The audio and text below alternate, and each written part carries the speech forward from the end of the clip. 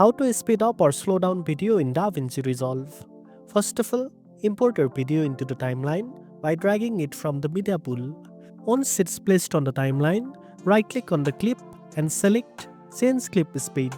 This will open a small window where you can adjust the speed percentage. Increasing the speed percentage will make the video play faster, while decreasing it will slow it down. Next, if you want more flexible control, enable Retime controls. Right-click on the clip again and choose Retime controls. This will display a speed bar below your clip.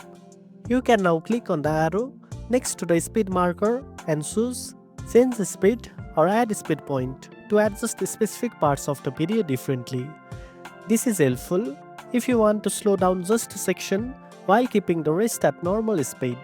Finally, after you have adjusted the speed as needed, review the clip to make sure the timing looks natural, especially if your video has the audio.